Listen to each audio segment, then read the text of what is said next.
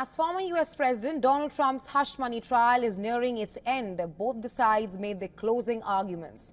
A New York prosecutor told jurors that Trump engaged in a conspiracy to corrupt the 2016 elections and also attempted to cover it up. Prosecutor Joshua Steinglass told jurors that they would need to assess whether Trump falsified business documents to cover up a hush money payment to adult movie star Stormy Daniels in the run-up to the 2016 elections. He further went on to say that the jurors also needed to consider broader concerns such as the possibility of Trump and his allies, including tabloid publisher David Pecker, undermining the election by controlling what information would reach voters.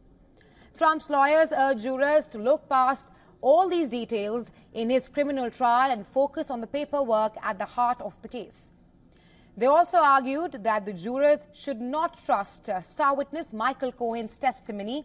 Trump's lawyer also said that Cohen is a convicted felon with a record of lying. He also tried to question Stormy Daniels' credibility before the jury begins deliberating on the first ever felony case on Wednesday against a former U.S. president.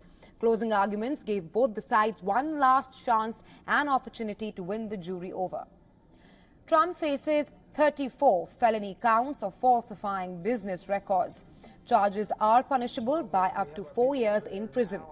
The former U.S. president has pleaded not guilty and denied any wrongdoing, although imprisonment is unlikely for a first-time felon convicted of such a crime. However, a conviction will not prevent Trump from trying to take back the White House from U.S. President Joe Biden in the November 5th election. Trump faces 3 other criminal prosecutions as well, but none is likely to go to trial before the election.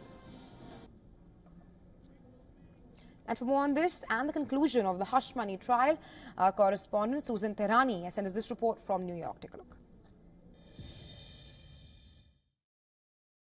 Is this the beginning of the end? The jurors in Donald Trump's criminal trial are set to begin deliberations on Wednesday. This after lengthy closing arguments by both sides dragged well into the evening on Tuesday. The former president's lawyers have called all of this a lie-riddled scam, while the prosecutor Joshua Steinglass aimed to say that it was a scheme to silence a porn star's sexual account with the former president. Steinglass also said that it was Donald Trump that benefited the most from this deal that was confirmed in the Oval Office. Now, jurors will receive instructions from Judge Juan Merchan before beginning deliberations, which could take anywhere from days, hours, or weeks. The outcome, of course, will determine the former president's fate in this trial. Susan Tehrani reporting from New York for WION World as well.